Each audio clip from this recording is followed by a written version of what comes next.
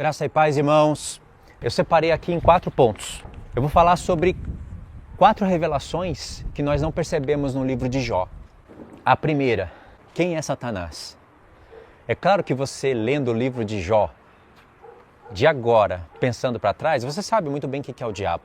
Mas não pensa que as pessoas sempre soube quem que é Satanás, que tinha essa clareza toda. Deus foi revelando quem que é o diabo, aquela serpente que enganou Eva e que fez Eva enganar Adão, lá no Éden. Deus foi revelando isso de pouco a pouco pelos profetas. Foi revelando os mistérios, através de parábolas, usando homens. De pouco a pouco Deus foi entregando quem que é a serpente, o que ela fez antes do tempo, quais são as intenções dela para o tempo e o que ela fará no futuro, para onde ela vai, tudo Deus está revelando progressivamente. E essa ideia você vê no livro de Jó e você encontra uma relação muito grande com o livro de Enoque. E você vê que eles não tinham uma clareza de quem era Satanás e de como ele estava atuando na terra. E eles tinham uma sabedoria diferenciada, diferente da nossa. Essa parte da sabedoria que eles tinham, eu vou falar com mais detalhes no vídeo 2. Mas eles tinham um tipo de sabedoria que era uma sabedoria onde eles falavam por parábolas. Muitas parábolas que inclusive inspiraram Salomão. Salomão não fala muito da sabedoria, do entendimento. Ele não fala para buscar a sabedoria mais do que o ouro, mais do que a prata, e nada que há nesse mundo pode se comparar à sabedoria. E essa sabedoria é a sabedoria que é o próprio Cristo, o nosso Senhor. Foi Jó o primeiro a falar disso. O primeiro. Se Jó aprendeu com Adão, com outros personagens, nós não temos relatos. Mas nós temos relatos na Bíblia, que você parece que está lendo Provérbios dentro do livro de Jó, Eclesiastes dentro do livro de Jó. Aliás, várias palavras dos profetas e vários salmos dentro do livro de Jó. Por isso que o livro de Jó foi um dos que mais impactou a minha vida. Se não for o que mais impactou. É que vocês não sabem ainda tudo que está aqui. Eu vou pôr no canal tudo para vocês entenderem. Então, o primeiro ponto é esse. Quem que era Satanás?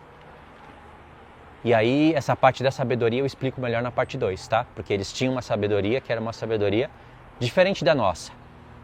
É uma sabedoria que inspirou todos os outros profetas e apóstolos, escritores da Bíblia.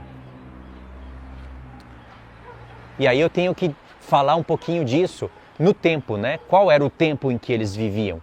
Da onde eles tiraram tanta sabedoria para a sua época? Porque o que eles falaram, irmãos, eles tinham que ter acesso pelo menos ao livro de Moisés, Josué, as palavras de Samuel, Juízes. Eles tinham que ter acesso a esses livros. Até os amigos de Jó que falaram de maneira louca, porque eles acusaram Jó, eles não tinham o coração reto, eles não tinham obras para Deus dar testemunho deles. Eles falaram de maneira louca, foi o próprio Deus que disse isso. Eles falavam coisas que, na verdade, são certas, só que a resolução deles estava errada.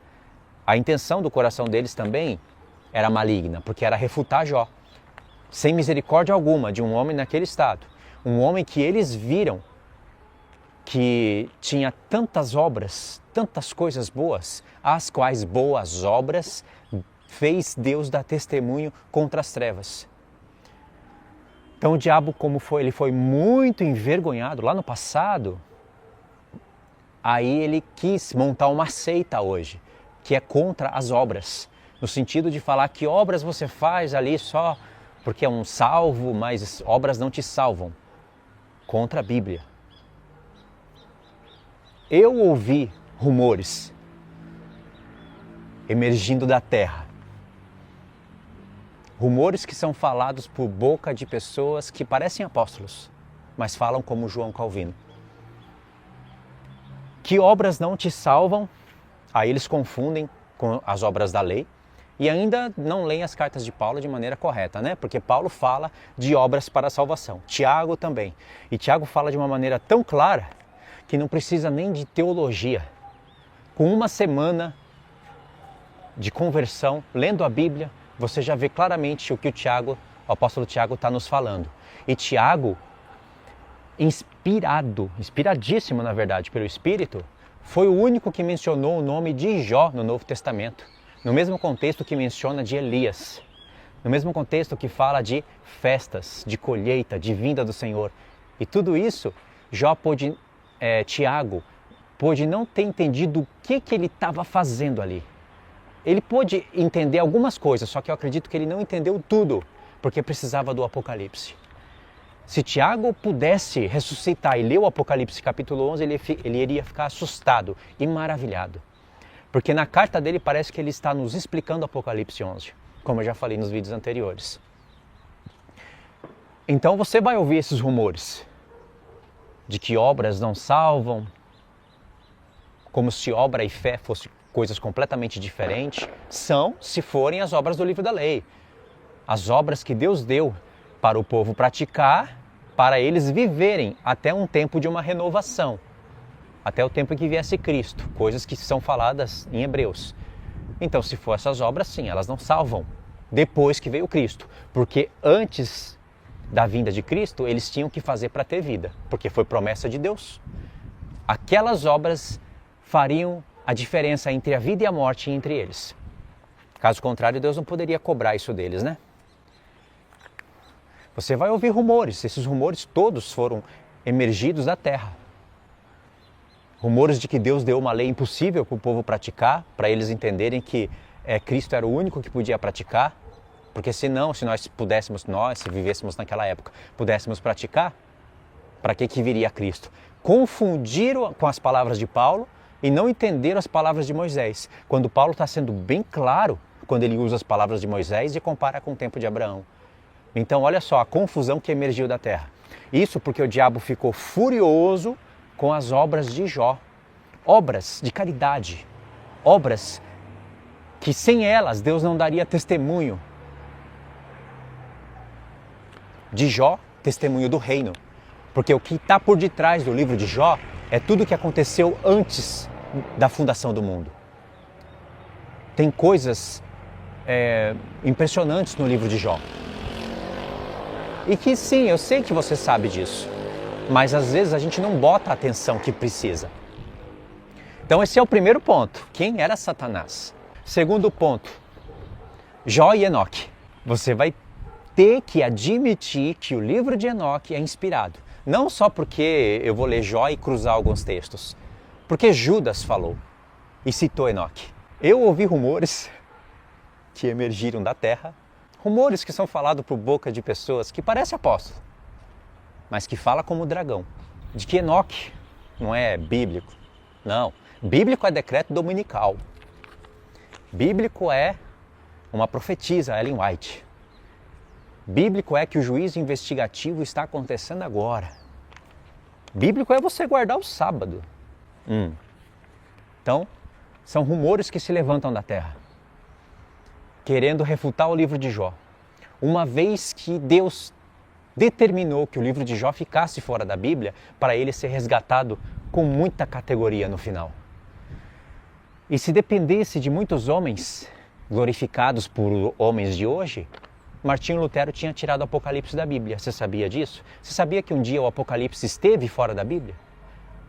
Mas nesse propósito, Deus não permitiu que o Apocalipse estivesse fora. Enfim, Jó e Enoque. Você vai ter que encontrar essa relação. Eu vou falar sobre isso. O terceiro ponto, Eliú, bode ou ovelha? Irmãos, Eliú é a parte que mais me chamou a atenção no livro de Jó. Porque Deus mostra pra gente como que a besta da terra, estou falando dela o tempo todo, né? Que emerge do mar, como ela vai enganar com eficiência muitas religiões. Muitas pessoas que hoje estão em programas falando de Cristo, elas vão ser enganadas pela besta da terra. Não vai ser difícil. É só ter um discurso bonito, com palavras bonitas, engrandecendo o Deus Todo-Poderoso, com aparência de justiça, com um discurso sistemático, teológico. Esses Eliús vão enganar muitos. Esses formam a besta da terra. Porque Eliú, no livro de Jó, ele está representado na besta Behemoth, a besta da terra do livro de Jó. E você sabe que essa trabalha a favor do Leviatã, que é Satanás, que está representado nessa besta do mar, que está no livro de Jó, e somente no livro de Jó e no livro de Enoque que aparece essas duas bestas com esses nomes.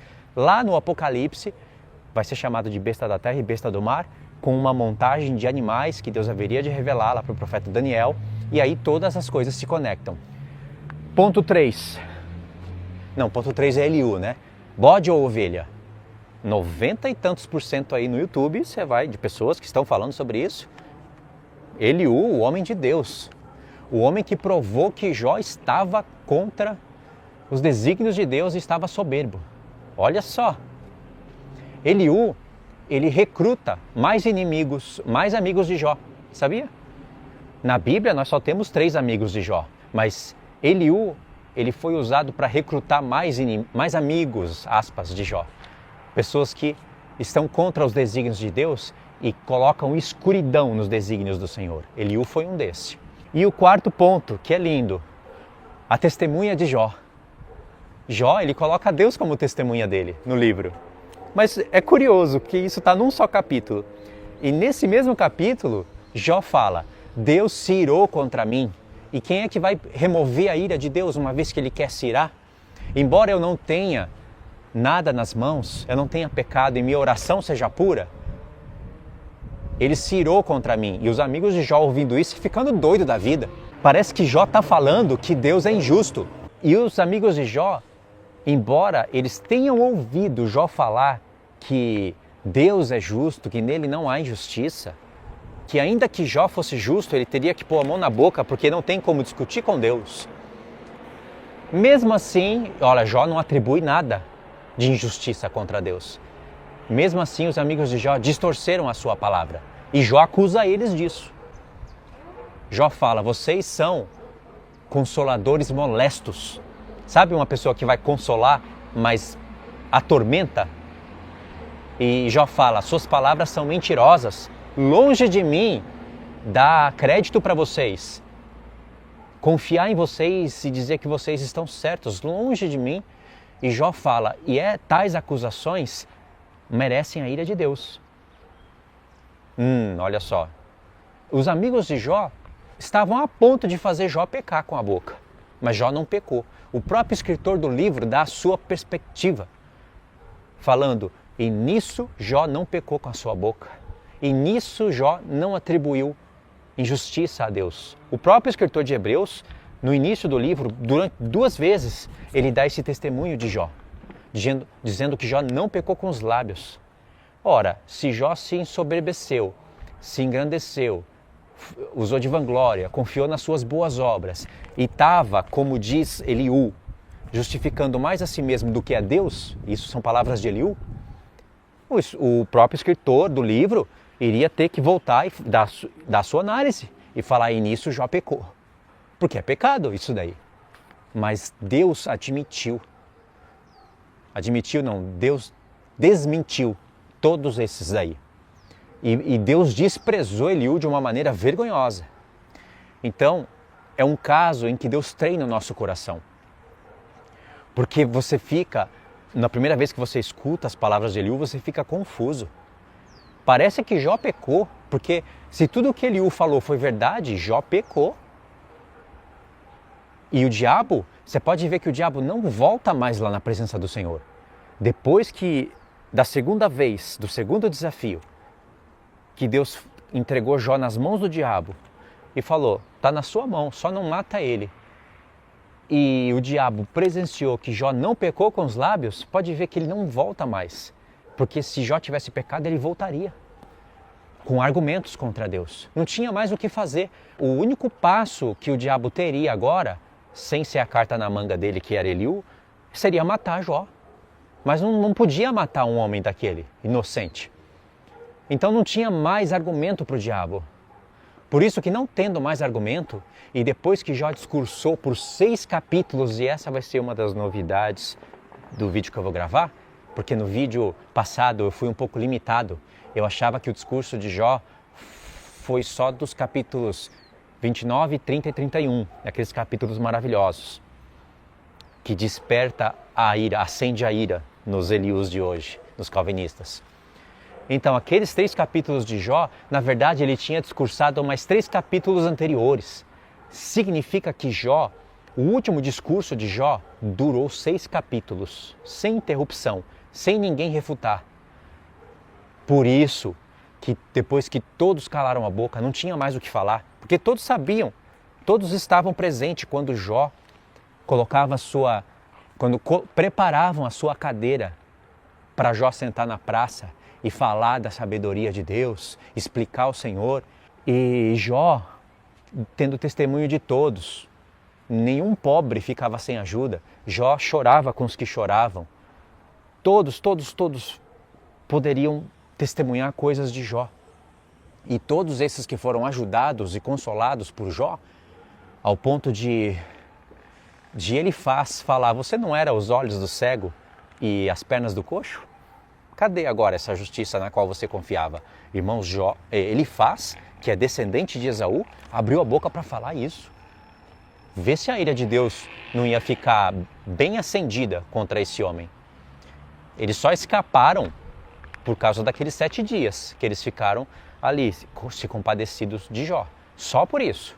Então, olha só que coisa. Aí Jó discursou por 6 capítulos e, meu Deus, isso fez uma ira tão grande no diabo, tão grande, que aí a ira que estava acesa no diabo refletiu em Eliú. Por isso que diz que a ira de Eliú se acendeu. Não se acendeu porque contra os 3 amigos e contra Jó. Eliú, a ira se acendeu por quê? Não está escrito: vocês não usaram de misericórdia com Jó. Não. Eliú pisou mais ainda em Jó. Está escrito que a ira de Eliú se acendeu contra os 3 amigos porque eles não tinham mais palavras. Eliú estava torcendo para Jó ser refutado. E Eliú não podia abrir a boca para falar antes porque ele era mais um moço. E a ira de Eliú se acendeu contra Jó porque ele pegou as palavras de Jó e distorceu, entendeu errado. Não podia entender o que era reto. Ele era incapaz disso. Ele entendeu pelas palavras de Jó que Jó justificou mais a si mesmo do que a Deus. E atribuiu injustiças a Deus. Contra o testemunho do próprio Deus, que disse que Jó era reto. Só que eles não sabiam de nada disso, né? O próprio escritor do livro contradiz Eliú. Quando o escritor do livro diz por 2 vezes no começo: e nisso Jó não pecou com seus lábios, nem atribuiu injustiças a Deus. O escritor do livro está dando a sua análise sobre Jó. Se eu fosse o escritor e visse que Jó pecou com os lábios, eu iria falar no final: e nisso Jó pecou, atribuiu injustiças a Deus. E aí, o ponto 4, né, que eu estou falando é da testemunha. Como que Jó vai colocar Deus por sua testemunha, sendo que ele mesmo está falando que Deus estava contra ele? Então Jó reconheceu que falou coisas sem entendimento, mas não foram coisas aonde trouxeram escuridão nos desígnios de Deus. Eliú falou coisas sem conhecimento, mas que trouxeram escuridão nos desígnios de Deus. Jó falou coisas sem entendimento porque realmente não era do entendimento dele. Jó, ele achava que a mão de Deus tocou nele, a ira de Deus estava sobre ele e que era sem causa. É esses 3 pontos mesmo. A sequência é: Jó fala: Deus sem causa está fazendo isso comigo, mas não atribui injustiças a Deus. Os amigos de Jó que distorceram o discurso de Jó, mas Jó fala que Deus é justo. O que ele falou no começo do livro? Que martela, assim, bate o martelo na justiça de Jó, mostrando que Jó não pecou em nada. Jó falou: Deus deu, Deus tomou, bendito seja o nome do Senhor. Se ele quer fazer isso comigo, quem é que vai estar contra? Mas só que é sem causa. Eu não pequei para essas coisas sobrevirem sobre mim. E os amigos de Jó não admitiam isso. Achava que Deus não podia fazer tudo aquilo com um homem sem causa. E é claro que sem causa Deus não poderia fazer. Só que Deus falou para o diabo. Você está vendo meu servo Jó? Ele continua reto, íntegro e conserva a sua retidão se desviando do mal, embora você me incitaste contra ele sem causa. Deus está falando sem causa. É sem Jó ter pecado. Jó não fez nada de mal para receber aquilo, e nem metade daquilo, e nem metade da metade daquilo. Mas foi sem causa. Só que agora criou-se uma causa. Deus não poderia repreender o diabo sem testemunhar para o céu e para a terra, porque senão Deus ia ficar como um mentiroso. as intenções do diabo ali, irmão, não era só ferir Jó e matar Jó. O diabo tinha intenções em arrastar mais anjos do céu. E são essas revelações que estão escondidas no livro. O diabo queria deixar recados aonde pontos de interrogações acendessem no céu. Porque o diabo sabe que os anjos continuam com poder de escolha. E sabe qual é a revelação de você juntar o livro de Jó com o livro de Enoque? O livro de Enoque não fala do diabo, de Satanás. Fala de 2 rebeliões de anjos líderes, mas não fala do diabo. Talvez seja por isso que o livro de Jó não esteja na Bíblia também, porque não fala do diabo. Gênesis fala muito do diabo, assim, não fala claramente, né? Mas fala ali da serpente, etc. E depois Deus vai revelando o diabo. E a Bíblia toda vai falando do diabo, mas não fala das rebeliões. Assim, na verdade fala, Gênesis capítulo 6, você vai ler ali falando que os filhos de Deus ficaram ali apaixonados, vou usar minhas palavras, pelas filhas dos homens, viram que elas eram belas e foram e tomaram mulheres para si. E aí as pessoas que não querem aceitar o livro de Enoque dizem, distorce ali, fala que os filhos de Deus era a descendência de Sete e as filhas dos homens formosas eram as outras pecadoras, mulheres pecadoras. Irmãos, essa distinção bíblica explicada desse ponto de vista não faz o menor sentido. Filhos de Deus na Bíblia, antes de Jesus vir, isso é muito raro acontecer. Agora, filhos de Deus na Bíblia, antes de Jesus vir, os anjos são chamados de filhos de Deus. No próprio livro de Jó. Então, se a Bíblia faz a distinção entre filhos de Deus e filha dos homens, você tem que entender o mistério. E não é à toa que tem Judas na Bíblia para explicar isso para a gente. Um só apóstolo que escreve uma só carta com um só capítulo e fala coisas que nenhum dos outros falaram. E os homens são tão burros que colocaram, os homens que mexeram na Bíblia e quiseram fazer uma coisa e outra ali, são tão burros que colocaram Judas na Bíblia. Olha, retira Judas, retirou Enoque, retira Judas. Mas isso Deus permitiu para mostrar que, ainda que Deus é soberano, Ele está lidando com homens. Aliás, nós temos várias traduções e nas melhores traduções nós temos vários erros porque Deus está lidando com homens.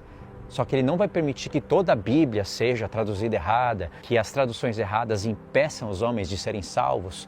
Pode impedir os homens de terem conhecimentos avançados, mas não de serem salvos. E por isso existem aplicativos, pessoas que estudam grego, hebraico, para recuperar a restauração de todas essas coisas, inclui a palavra de Deus. Então isso é uma realidade, Deus trabalhando na realidade. Existem várias Bíblias, o Testemunha de Jeová tem uma Bíblia exclusiva para eles, que parece muito com a nossa, mas todas as vezes em que Jesus é adorado, eles modificam. Eles modificam pontos chaves da Bíblia também, fora esses de que Jesus está sendo adorado, eles modificam outros pontos. Pontos assim que estão carregados de heresias, mas que alimentam a doutrina deles. E nós temos pontos assim na nossa Bíblia, que alimentam pontos do pré-tribulacionismo, que alimentam o calvinismo. E os aplicativos do grego, eles nos ajudam a identificar isso, para que a gente pense nisso. Ou seja, Deus não fugiu de um bom combate, de uma realidade. Tudo isso Deus permitiu para provar os corações. Tinha 3 pontos de Jó que ele não tinha conhecimento. Poderia ter, mas ele não tinha. Embora toda aquela sabedoria dele, ele poderia parar para pensar que algo diferente estava acontecendo. Só que, no final do livro, Jó fala isso, ele se dá conta. Ele fala, eu falei coisas sem entendimento, que eram coisas maravilhosas demais para eu entender. Porque Jó, ali no final do livro, começou a entender os planos de Deus. Por isso que Jó fala, eu sei que o Senhor pode tudo e que nenhum dos teus planos podem ser frustrados. Que coisa linda isso. Jó não conhecia todos os planos de Deus, mas ele já passou a conhecer ali o que estava acontecendo ali. Jó sabia que ele estava sendo provado e que havia uma causa no céu para isso. Estão nas palavras, Jó 42. Por isso que ele fala, eu sei que nenhum dos teus planos podem ser frustrados.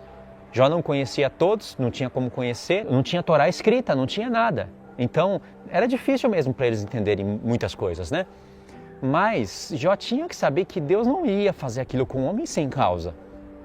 Só que ele não atribuiu injustiças a Deus. Aí que está o ponto. Então, Jó falou, Deus está irado contra mim. Porque Jó sabia que aquilo não poderia acontecer com o homem se Deus não permitisse. Ele reconheceu isso, já sabia disso. Mas por que aquilo aconteceu com um homem que era justo? E isso que confundiu os amigos de Jó. Então, tinha uma causa. E Deus não estava irado com Jó. Quem estava irado era o diabo. Não foi a mão de Deus que tocou em Jó e nas coisas de Jó. Foi a mão do diabo. Deus permitiu. Mas não foi a mão de Deus. Então, nesses 3 pontos, Jó não tinha entendimento e caiu em si no final do livro. Por isso que ele fala, eu me arrependo e boto a minha cara no pó por causa desses 3 pontos. Não porque ele está falando, eu me arrependo de ter sido um soberbo e de ter me vangloriado nas minhas boas obras e de achar que era isso que iria me salvar, bota a minha cara no pó. Não, não era nada disso. Deus fala, Jó falou que é reto diante de mim. Ou seja, Deus considerou que foi normal para aquele tempo Jó não saber daquelas coisas, embora ele poderia falar, não, algo aconteceu. Algo tá... quem sabe não é aquela serpente que enganou Eva? Quem sabe? E Deus não está me provando. Olha, se falasse isso, o discurso seria outro. Mas eles não passaram isso na cabeça deles, de nenhum deles. E Jó falou, Deus é minha testemunha. Então, como assim? Deus é testemunha, sendo que Deus está irado contra Jó? A mão de Deus tocou em Jó? Foi sem causa. Então, por que Jó tomou Deus como testemunha? É maravilhoso entender isso, irmãos. Porque ali, ó, aquela coisa confusa, às vezes está tão na nossa cara, é tão claro. Porque a gente precisa prestar mais atenção no discurso. Tudo isso que Deus está me dando a entender é porque eu estou prestando atenção nos discursos. Eu não estou com pressa de montar uma mensagem para a semana, para a igreja. Com pressa de falar do livro de Jó. Eu estou querendo entender. Então eu já escutei Jó quantas vezes. Ou seja, não quero ficar dando bola fora. Eu quero explicar a justiça de Deus, os desígnios do Senhor. Até ao ponto de falar para vocês que quando o diabo se apresentou lá, diante de Deus, ele não sabia o que Deus iria fazer. Ele só sabia que ele tinha ódio de Jó. Aí Deus foi e deu o primeiro lance. Tá vendo Jó? Aí o diabo caiu na armadilha de Deus. Deus sabia, irmãos. E esse conflito todo só faz sentido se o diabo tivesse experiência de que ele pode arrastar testemunhos, tirar pessoas de Deus, colocar para o reino dele ou mandar para a morte e tirar testemunhos de Deus. Ele tinha que ter experiências e ele tinha. No céu, durante ali a vida de Adão, os anjos que se rebelaram, ele tinha. Esse conflito não faria o menor sentido se o diabo entendesse que Jó era um eleito e era impedido de poder blasfemar. Será que o diabo é tão burro assim? O diabo não está acusando Jó? Não está? Esse texto de acusar as pessoas não aparece lá no Apocalipse 12? Eu sei que Jó não foi o único acusado por Deus, mas foi o primeiro livro a revelar que o diabo acusa as pessoas justas. Pode ver que outras pessoas da Bíblia foram acusadas pelo diabo, mas Jó é o primeiro livro que fala sobre isso. E lá no Apocalipse 12 vai dizer que Satanás, o acusador dos nossos irmãos, foi lançado por terra. E diz que ele é o sedutor do mundo inteiro. Olha o que o diabo fez no mundo inteiro, irmãos. Olha a feitiçaria da tecnologia, da inteligência artificial. Olha o que ele fez no mundo. Você acha que um ser desse ia ser tão burro de fazer um desafio para Deus, sabendo que Jó era um eleito predestinado e não podia blasfemar? Tá vendo?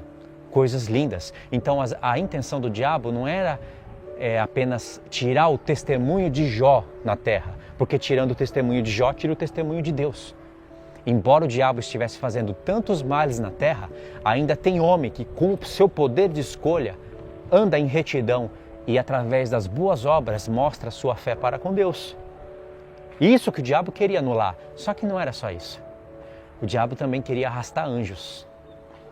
Ele queria fazer os anjos eleitos de Deus, os que escolheram ficar com Deus, serem ridicularizados pelo exército que estava do lado dele.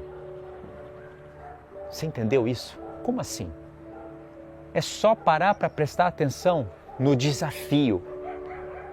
Se Jó servia a Deus só porque ele era rodeado de bens, por que aqueles anjos estão com Deus? Por que isso não pode ser igual com os anjos? Os 7 arcanjos, por exemplo. Será que eles servem a Deus só porque são arcanjos? Será que se Deus tirar alguma bênção, alguma glória, ou provar algum anjo, será que eles deixam de servir a Deus? E se Jó perde e anjos ficam em dúvida, os anjos eleitos de Deus acabam sendo ridicularizados pelos anjos não eleitos. Ele é astuto. O propósito do diabo não era só derrubar Jó. E Deus sabia disso. Deus não ia entrar num desafio para ele perder. Só que Deus, como Deus também ele não é bobo, né? Assim como o diabo não é bobo, Deus também não é bobo. Deus não iria fazer um desafio para Satanás para que Satanás envergonhasse Deus. Em que sentido? Se o calvinismo estivesse certo, o diabo iria arrumar um plano para envergonhar Deus e iria envergonhar Deus. Eu vou falar disso melhor, mais para frente, mas o diabo iria falar, você está me achando que eu sou o quê? Você me faz uma jogada dessa? Se eu tirar os bens de Jó, ele não vai blasfemar. Se eu falar pele por pele, você vai deixar eu ferir ele, não vai deixar eu matar ele e ele não vai blasfemar. Porque ele não pode blasfemar, você predestinou ele para isso. Agora, estende a mão e retira o poder de escolha dele para ver se ele não blasfema. Deus não ia poder fazer nada, porque isso é o que o calvinismo prega. Se retirar o poder de escolha do homem, todo homem escolhe o diabo. Isso é vergonha para o céu. Nem a cruz de Cristo pode resgatar homens para Cristo se eles tivessem o poder de escolha. Que soberania é essa? Isso é tirania, não soberania. E o diabo poderia lançar um desafio desse para Deus? Obviamente. Falar, você está pensando que eu sou bobo? Você só vence porque retirou o poder de escolha da sua criação. Então, são seitas que se levantaram, que emergiram da terra. Faladas, ensinadas por boca de pessoas que parecem ovelhas, mas falam como bodes. Então o diabo iria usar esse argumento contra Deus. E Deus, se o calvinismo fosse certo, fosse correto, Deus não iria fazer esse desafio contra o diabo, para o diabo vir e lançar essa para Deus. E falar, você acha que eu sou bobo? Para Deus ficar envergonhado. Não, Deus sabia que o diabo tinha experiência de que ele pode arrastar pessoas santas para o lado dele.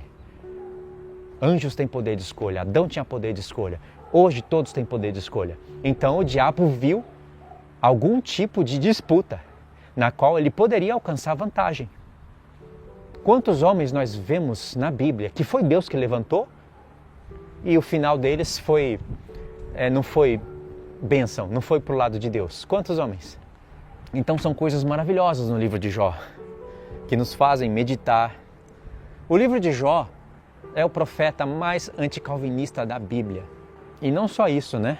Jó não é somente contra a heresia do calvinismo, ele é contra muitas outras heresias. Mas vocês entenderam, né, irmãos? Então eu vou finalizar aqui. Deus abençoe a todos. Fiquem na paz, então.